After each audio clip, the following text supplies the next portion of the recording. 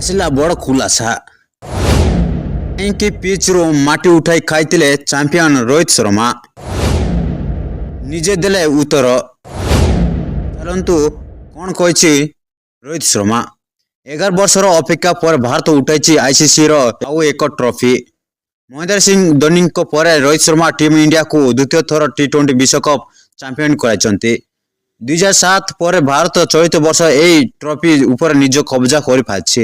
ତେବେ ଦଳକୁ ଚାମ୍ପିୟନ କରିବା ପରେ ରୋହିତ ଶର୍ମାଙ୍କ ସହ ସାରା ଭାରତୀୟ ଟିମ୍ ଭାବବିହ୍ୱଳ ହୋଇପଡ଼ିଥିଲେ। ରୋହିତ ଶର୍ମା ଚାମ୍ପିୟନ ହେବାର ଖୁସିରେ ପିଚ୍ରୁ ମାଟି ଉଠାଇ ଖାଇଥିଲେ। ତାଙ୍କର ଏହି ସେଲିବ୍ରେସନକୁ ନେଇ ଅନେକ ଚର୍ଚ୍ଚା ହେଉଥିବା ବେଳେ ବର୍ତ୍ତମାନ ଏହାର କାରଣ କହିଛନ୍ତି ଅଧିନାୟକ ରୋହିତ ଶର୍ମା। ରୋହିତ ଶର୍ମା କହିଛନ୍ତି ଯେ ମୁଁ ସେ ମୁହୂର୍ତ୍ତକୁ ଅନୁଭବ କରୁଥିଲି ଯେତେବେଳେ ମୁଁ ପିଚ୍ ପାଖକୁ ଯାଇଥିଲି। ମୋତେ ଅନୁଭବ ହେଲା ଯେ ଏହି ପିଚ୍ ଆମକୁ ଅନେକ କିଛି ଦେଇଛି। ସେ ପିଚ୍ରେ ଆମେ ଖେଳି ସାରିଥିଲୁ। ସେହି ଷ୍ଟାଡିୟମରେ ଆମେ ବିଜୟ ହାସଲ କରିଥିଲୁ। ଏହି ପିଚ୍ ଏବଂ ଏହି ମଇଦାନକୁ ମୁଁ ସାରା ଜୀବନ ପାଇଁ ମନେ ରଖିବି। ସେହି ପିଚ୍ର କିଛି ଅଂଶ ସ୍ମୃତି ଭାବରେ ମୋ ପାଖରେ ରଖିବାକୁ ଚାହୁଁଥିଲି।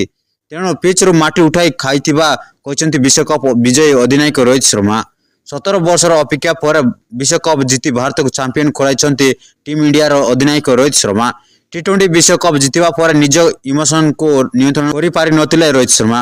ଏହା ସହିତ ଟି20 କ୍ରିକେଟରୁ ଅବସର ନେଇ ବାରବାଡୋସ୍ ପିଚ୍ରୁ ରୋହିତ ଶର୍ମା ମାଟି ଉଠାଇ ଖାଇଥିଲେ। ତେବେ ଅଧିନାୟକଙ୍କ ଏହି ସେଲିବ୍ରେସନ ସମସ୍ତଙ୍କୁ ଆଶ୍ଚର୍ଯ୍ୟ କରିଥିଲା ଏବଂ ଏହାକୁ ନେଇ ଅନେକ ଚର୍ଚ୍ଚା ମଧ୍ୟ ହୋଇଛି।